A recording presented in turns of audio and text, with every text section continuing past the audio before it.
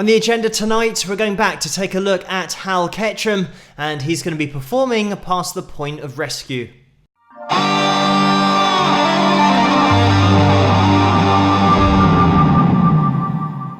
Hello, Phil here from Wings of Pegasus, and welcome to another analysis video. First of all, thank you for all of the messages requesting this video tonight following the sad news that Hal passed away recently. We're going to be watching the performance, and I am going to be jumping in about halfway through. So if you want to watch it the whole way through without me interrupting it, there's going to be a link to this performance video in the description below, so you guys can click on that link. But let's get Hal up on screen and see how he gets on.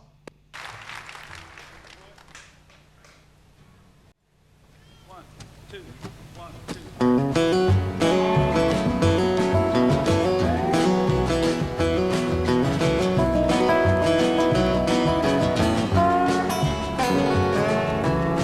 Last night I dreamed you were back again, larger than life again, and holding me tight again, and placing the same kisses on my brow, sweeter than ever now. Lord, I remember how I couldn't get enough of kissing. Do you know how much you're missing? No, you don't, but I do.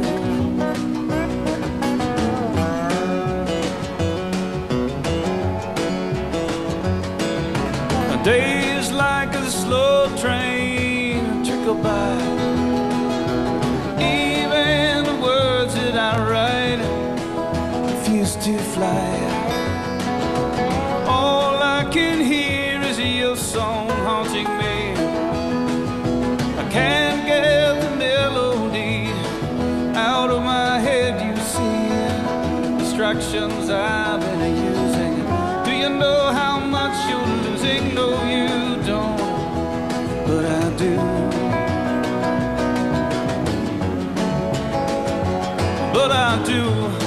And I wonder if I'm past the point of rescue. Is no word from you at all the best that you can do? Well, I never meant to push or shove you. Do you know how much I love you? No, you don't, but I do.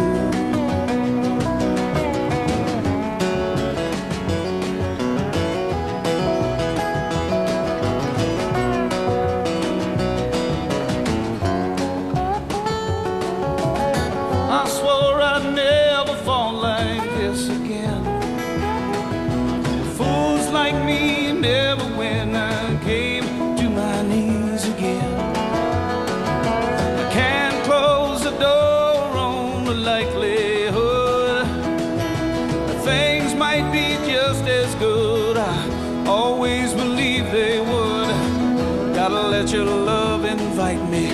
Baby, do you think it might be? No, you don't, but I do.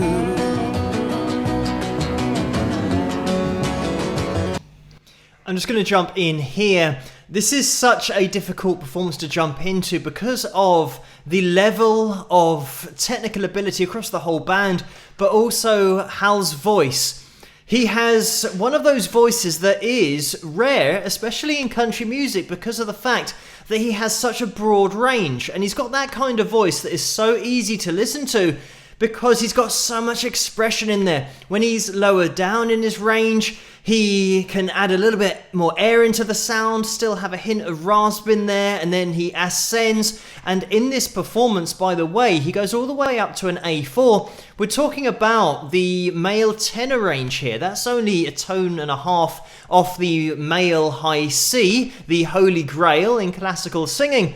And the fact that he's getting up that high is rare in country music because, especially with songs that are more folk-based or folk-influenced in country, you'll find that it all takes place around the range where the performer would normally talk. So they wouldn't be hitting A4s or G4s or anywhere near that male tenor range because guys generally do not talk really high. And you can see the way that he's so comfortable within this range and you're not really taking in the notes he's hitting, and this is a hallmark of a top quality vocalist. You don't take in the notes that are being hit because you're just listening to the song. You're listening to the story of the song. Given the quality of Hal's vocal tone and his control, you can imagine him singing any genre because his voice is so easy to listen to. And the fact that he's got that range as well means that he would be able to sing multiple genres. With the chord progression as well, we've got that A that we resolve to with the melody line over the top vocally. It works really well and just puts a nice full stop at the end of the chorus, and we've got this pre-chorus as well. Talking about this song from a compositional perspective, we've got quite a progression going on here. There aren't lots of complicated diminished chords or anything like that. We've just got our C, our G, our D, A as well that I've already mentioned. But it's the way that it's been pieced together. We have the intro with a definite riff in there, which also pops up halfway through the song again. We then get into the verse, into that pre-chorus, and then into the chorus. So there's plenty going on here underneath the vocal to keep you interested, to make it a very interesting journey. But Hal's voice just by itself is interesting enough. By the way, this was originally written by Mick Hanley and was a big hit in Ireland in 1988 for Mary Black. But when Hal released his version in 1991, it just exploded. It got to number 2 in the country charts then. I am going to be getting the guitar out at the end of the video. We'll go through the chords and the rhythm as well, because we've got this jump between our D string, A string and E string going on, but we'll cover some history as well. Let's get back into this performance and we'll watch it until the end. But I wonder if I'm past the point of rescue. Is no word from you at all the best that you can do? Well, I never meant to push or shove you. Do you know how much I love you? No, you don't, but I do. Yeah, but I do, and I wonder if I'm past the point of rescue. Is no word from you at all the best that you can do? Well, I never meant to push or shove you. Do you know how much I love you? No, you don't, but I do. I know you don't, baby, but I do. No, no, no, no, you don't, but I do.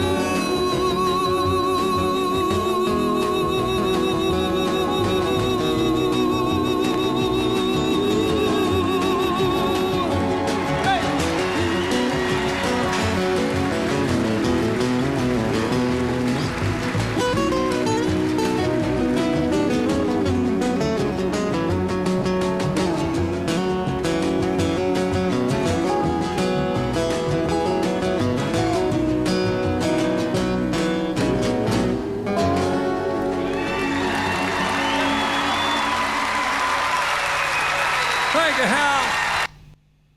And there we have it. We also got a great indication of his vibrato there right at the end, holding that note. You can just hear it come in. It is so subtle but so well controlled. The frequency of that just spot on. And what I love about these kind of performances is the fact that we've got a full live band. This was from the Grand Ole Opry, as you can see in the background behind Hal. But we've got a full band, fully live, and there's no post-processing, or there's no drum machines or sounds, especially nowadays. I know that a lot of true country fans of this kind of era, we're talking late 80s, early 90s, it was just a full band, and you didn't really have anything electronic going on, whereas it seems like nowadays there are a lot of drum sounds, for example, that are sampled in a lot of country songs. So it means you get the same kind of beat, the same kind of production, the same kind of sound for every song. But here, it was a time where it's impossible to get the same sound from one song to the next because it wasn't made in a computer. It was literally bands of individuals making the sound live, and it's impossible to copy the exact same sound as the personality you get from a particular band on a particular night. And this is the kind of performance that gives you that. So just have a quick go through the guitar work here. We've got the riff in the intro, which is...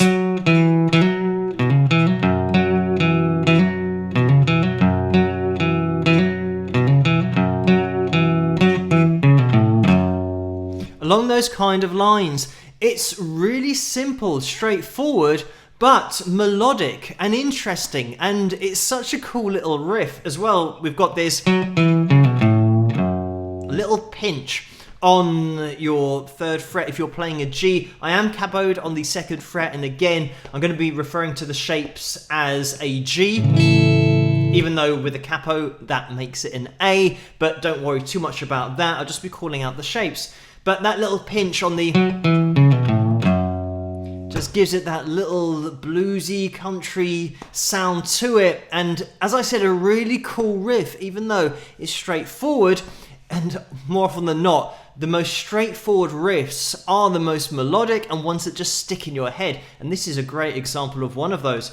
So as we move into the rhythm, you'll see that we're jumping from our E minor, the low E string, to the A. So we've got this.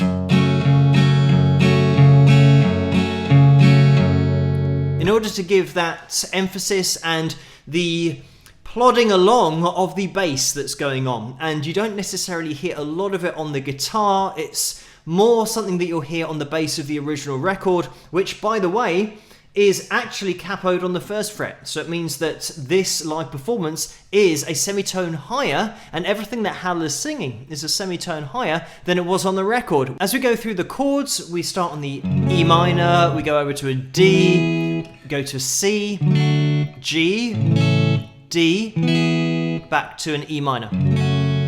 And the rhythm bounces between the root note of the chord to the string below. It depends. If we're doing a D, you'll need to go to the string below that, the A string. If you're playing the E, you have to ascend in pitch to the A string, like that. D, like that. You can see how the D, I'm coming back to that A string. So we've got...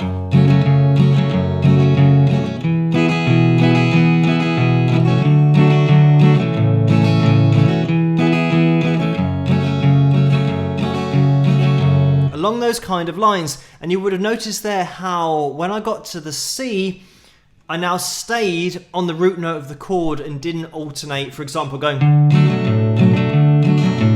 to that G. By moving that 3rd finger over to the 3rd fret, I'm staying on, changing down to the G, staying on the G, moving over to the D, and then when you get back to the E minor, that's where the alternating then resumes. So by the time we get back to the E minor, we've got this riff that comes in, which you can throw in there. We've got the pre-chorus, which is the D, and again we're alternating between the D string and the A string down to the E. Same thing there. And then into the A. And we'll have the same, I think the same riff in there. Going into the E minor, we have another little riff,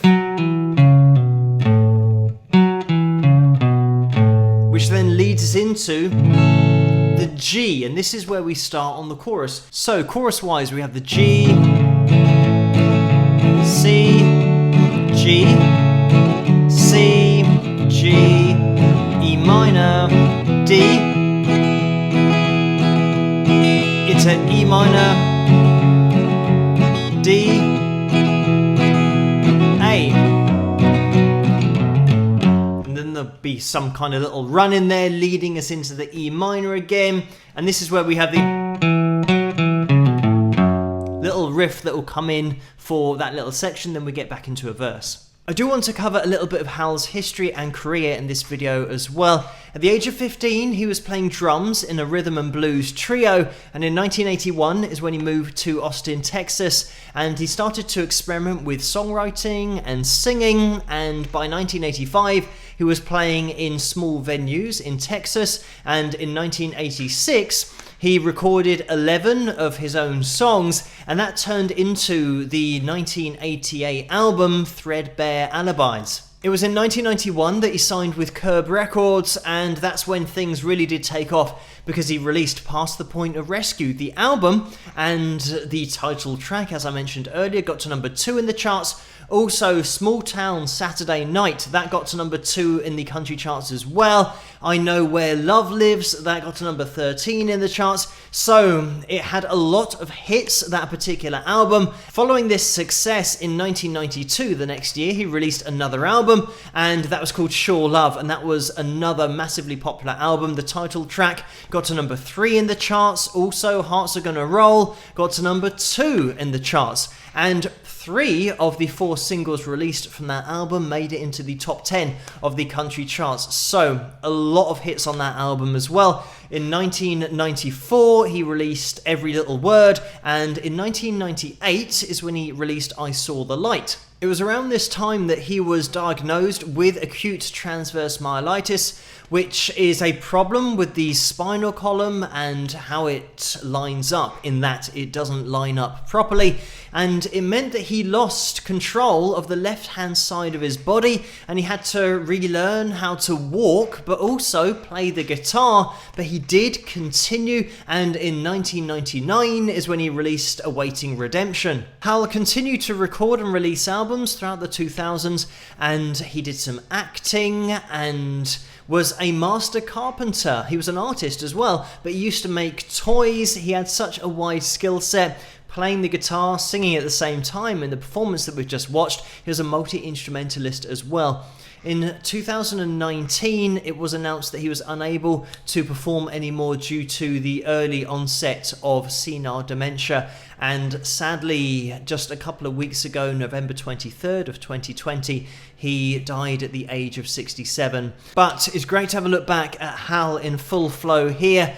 He was one of those rarest of things, having that vocal ability to sell you the story of a song, connect with the audience on such a deep level, but also have the songwriting ability and the multi-instrumental ability that he possessed as well. Thank you guys so much for requesting this video and for watching. I hope you did enjoy it, and I'll see you guys at the next one.